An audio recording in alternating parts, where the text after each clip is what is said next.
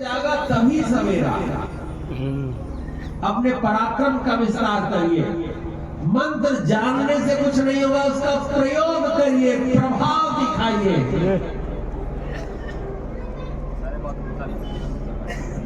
देवराज बहुत कुटिल, दुष्ट था, व्यभिचारी था, आचार भ्रष्ट था। एक दिन शिव पुराण के प्रारंभ में इसकी कथा इसलिए बताई गई कि ये जितने कर्म करता है, दूषित कर्म करता है, लेकिन कभी दैव योग से, प्रारब्ध से घूमता फिरता प्रतिष्ठानपुर आया। प्रतिष्ठानपुर झूसी को कहते हैं। आज जो झूसी परिक्षेत्र है, इसका नाम प्राचीन काल में प्रतिष्ठानपुर था। और जो प्रयाग आता है, उसके जीवन में यज्ञ जरूर आता है। प्रकृष्टेन यागम भवति यस्य सह प्रयागः। जहां निरंतर यज्ञ होते ही रहते हैं, उस धरा को प्रयाग कहते हैं। यहाँ सदैव से ही यज्ञ होते रहे। दान यज्ञ, ज्ञान यज्ञ, केवल स्नान भर शरीर धोने से अर्थ नहीं है। यहाँ वायु का स्नान होता है, यहाँ ज्ञान का स्नान होता है, ऋषियों के चरणों से उड़ती हुई धूल का स्नान होता है, यहाँ भोजन भंडारे में प्रसाद होता है, यहाँ परमात्मा आपको चलते फिरते टकराते हैं, मिलते हैं। इसलिए यहाँ सावधान रहने से जरूर कल्याण होता है। कोई व्यक्ति विचार करिए, प्रयाग ही क्यों आया? इस दुनिया में हजारों ऐसे कोने हैं, वो वहां जा सकता था, लेकिन जहां मर करके भी लोग मुट्ठी भर आना चाहते हैं, वो ये प्रयाग है और हम यहाँ हैं। पूरी दुनिया के में सनातनी लोग चाहे किसी भी कोने में हो दुनिया के, मरने के बाद बस यही इच्छा रखते हैं कि मेरे कुलावतंस, जिनके लिए मैं जीवन भर खटता रहा, कमाता रहा, मेरे मरने के बाद मेरी मुट्ठी भर राख ले जाकर प्रयागराज में विसर्जित करते हैं। और इस प्रयागराज में हम लोग बैठे हैं तो कुछ तो पुण्य उदित है, जागृत है, चैतन्य है, तब तो प्रयाग में है। कहाँ उड़ीसा और कहाँ प्रयाग? उड़ीसा। लेकिन प्रयागराज में कोई आया है तो इसी कारण से आया है, सत्कर्म के प्रभाव से, पुण्य के प्रभाव से आया। प्रतिष्ठानपुर जोशी में वो देवराज आता है। बड़े वहां साधु महात्मा एकत्र हुए हैं। एक कथा अत्यंत भावुक है और इस बात का संकेत करती है कि प्रयाग कोई आया है तो उसका शुभ होगा, मंगल होगा। देवराज को ज्वर हो जाता है, बुखार, शरीर कपने लगता है। वह पीड़ित होकर उसी शिव मंदिर प्रतिष्ठानपुर में वो बस एक कोने डेरा डाले पड़ा रहता है। हो सकता है कभी ये सोमेश्वर महादेव की ही चर्चा कर रहे हो, क्योंकि प्रतिष्ठानपुर तो बड़ा व्यापक रहा होगा। अगर पूरा ये नगर रहा होगा तो उसे केवल झूसी नहीं कहा जा सकता। सोमेश्वर महादेव है जो अनादिकाल से है। हो सकता है वो यही की घटना रही हो और वो देवराज कोने में बिस्तर ओढ़ करके दुबक करके वहां बैठा रहा, बुखार से शरीर तपता रहा। संयोग से पंडित जी वहां शिव पुराण की कथा सुना रहे थे। शिव पुराण की कथा सुनाते समय उन्होंने कहा, जब जब श्वास चलती है तो शिव शिव शिव शिव ऐसे बोला करो, क्योंकि एक बार श्वास लेने के बाद जब तक तुम छोड़ोगे नहीं तब तक दोबारा सांस नहीं ले पाओगे। इसलिए शिव बोलोगे तो श्वास अंदर लो और शिव बोलो तो श्वास छोड़ो। शिव बोलकर ही श्वास अंदर लो, शिव बोलकर ही श्वास छोड़ो और भगवान का चिंतन करो। जैसे तुम भगवान के चरणों के पास अपने मस्तक को ले जा करके उनके अंगूठे पे अपना सिर रख करके शिव शिव शिव शिव शिव शिव ऐसा बार-बार मन में ही तुम उच्चारण करो।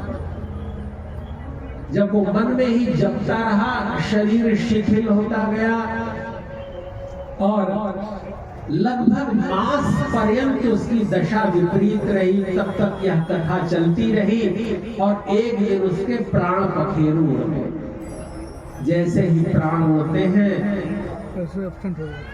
यम के यहाँ प्राण पहुंचा है। चित्रगुप्त उसका हिसाब बताते हैं। चित्रगुप्त कहते हैं आज तक इसने कोई भी शुभ कार्य नहीं किया। चित्रगुप्त उसको कहते हैं जो हमारी अंतरात्मा गुप्त रूप से हमारे किए कृत्य को चित्रित करती रहती है, वही चित्रगुप्त है। बहुत अच्छे। और वही अंदर का जो गुप्त रूप से खींचा गया चित्र है, वही चित्रगुप्त जब यम से कोई प्रस्ताव करते हैं उसी पर निर्णय होता है। पहले तो फाइल बनती है और फिर हस्ताक्षर होता है। तो चित्रगुप्त वो है जो आपकी फाइल बनाते हैं। बहुत अच्छा। सुनील श्रीवास्तव जी मुस्कुरा रहे हैं, उनको बहुत अच्छा लग रहा है। सदा से ही प्रशासन फाइल बनाते रहे और इनकी फाइल पर ही निर्णय होता है।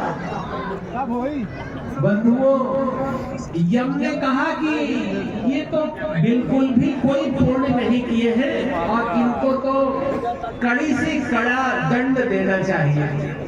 ये वो विचार कर ही रहे थे कि उतने में श्वेत वस्त्रधारी, पीतांबर ओढ़े हुए, शीश पर त्रिपुंड लगा हुआ, त्रिशूल लिए हुए 5 दूत शिवदूत वहां आए और यमपुरी में आकर के लोगों को मारना पीटना शुरू कर दिया और देवराज के प्राण को लेकर के बोले कि चलो चलो तुम उठो चलो। देवराज को घबराया हुआ था कि ये क्या हो रहा है, मेरे चक्कर में आपस में लड़ाई कैसी, लगता है और बड़ा दंड मिलेगा क्या।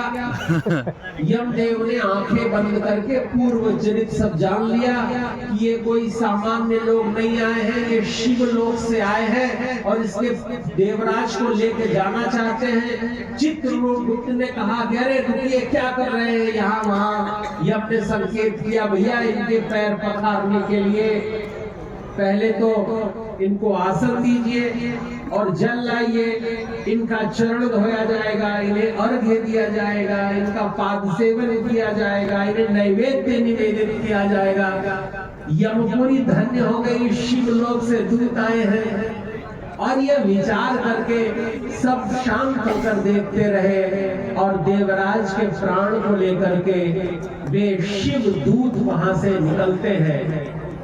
देवराज बहुत स्तंभित है कि मैंने सचमुच कोई पुण्य कार्य नहीं किया, लेकिन ये शिवदूत मुझे लेके जा रहे हैं, शिवलोक में लाते हैं। तब देवराज का स्वरूप ऐसा हो जाता है मानो वो अलौकिक तेज से युक्त हो जाता है, स्वर्ण के मुकुट धारण करता हुआ, मणिमाणिक के धारण करता हुआ अलौकिक तेज संपन्न बन जाता है और भगवान शिव के निकट लाकर शिवदूत उसे सौंपते।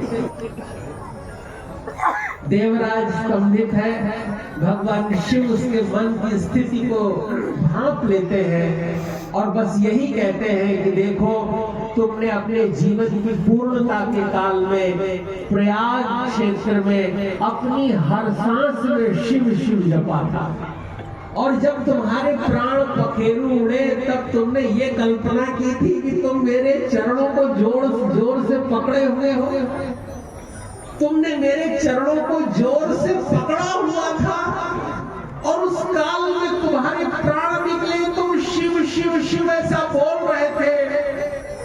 जैसे ही तुम्हारे प्राण पखेरु उड़े हैं मुझे लगने लगा जैसे मेरे पैर में कोई बंधन हो और ये बंधन बढ़ता ही जा रहा था। इसलिए मैंने संकेत किया, मेरे दूत तुमको वहां से लेके आए हैं और तुमको देखकर मुझे अच्छा लग रहा है, हल्का लग रहा है, क्योंकि नाम लेने वाले से ज्यादा प्रभाव उस पर पड़ता है जिसका नाम लिया जाए।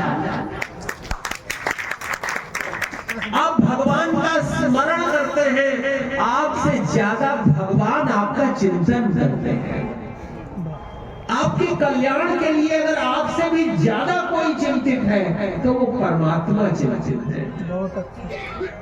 और परमात्मा सदैव हमारे उन्नयन के लिए व्याकुल रहते हैं। देवराज को भगवान शिव ने अपने यहाँ स्थान दे दिया और वह देवराज अनंत पाप करने वाला भी अंते गति सावति, अंत में उसकी गति सुधर गई, उसकी मति सुधर गई और उसका सारा जीवन निर्मल हो गया।